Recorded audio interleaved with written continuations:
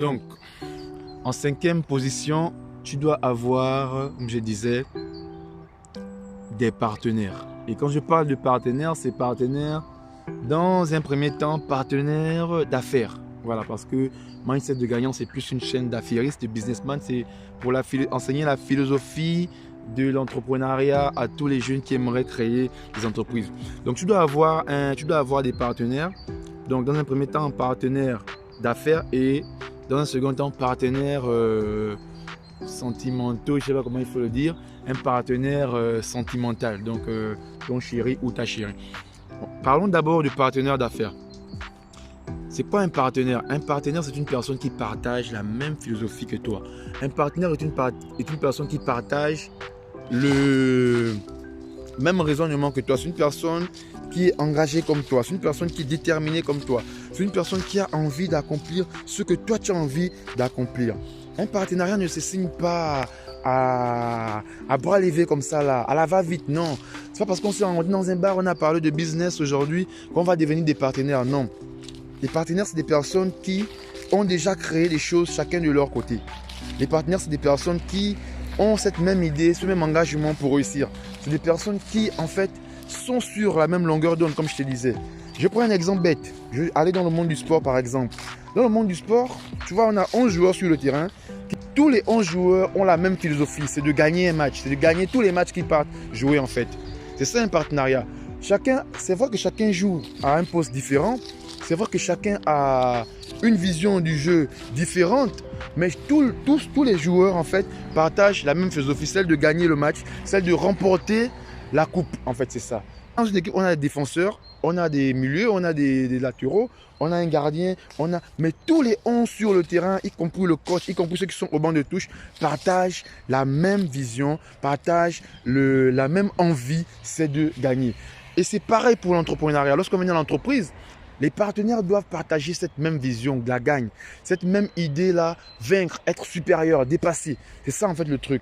Et les partenaires en fait doivent chacun avoir un talent. C'est ça le truc. Chacun doit déjà avoir créé quelque chose. Dans le monde de l'entrepreneuriat, il est indispensable, il est essentiel, important de travailler avec des personnes qui ont déjà réalisé ou qui sont sur la voie même de la réalisation d'un grand objectif. Voilà. C'est pas parce qu'on s'est retrouvé aujourd'hui, on parle de business, on parle de commerce, on parle d'entrepreneuriat. On parle bien, on est tous éloquents, on sait ce qu'on dit, on sort des grandes écoles de commerce, qu'on va forcément se mettre ensemble pour créer une entreprise qui va réussir. Non, ça c'est se mentir à soi-même. On se met en partenariat avec des personnes qui ont déjà réalisé, qui sont en train de réaliser, qui sont déjà sur la voie de la réalisation d'un grand objectif, d'une grande entreprise ou bien d'un grand projet de vie. Est-ce que tu comprends cela, mindsetter? Tu dois déjà, comme on dit, il faut que tu te mettes en partenariat. Voilà, parce que c'est vraiment le point le plus important. Si tu veux vraiment créer une grande entreprise, il faut que tu travailles avec un réseau. Il faut que tu te crées un réseau. Parce que le réseau, c'est ce qui va te permettre de grandir. C'est ce qui va te permettre de te développer. C'est vrai, on dit, seul on va plus vite, mais ensemble on va plus loin. Parce qu'on va loin parce que quand tu tombes, ce n'est qu'un maillon de la chaîne qui tombe. Le reste continue à fonctionner. Mais quand tu travailles seul, si tu tombes, c'est toute l'entreprise qui tombe. Personne ne va prendre en fait les commandes du navire. C'est un peu ça. Tu dois travailler avec les gens qui sont capables de prendre les commandes lorsque toi, tu ne te sens pas bien. Voilà pourquoi le partenariat est important. Et moi, je veux toujours dire, celui qui veut réussir en entrepreneuriat doit penser partenariat. Mais un partenariat doit être en fait élaboré. C'est une étude qui doit être élaborée en amont.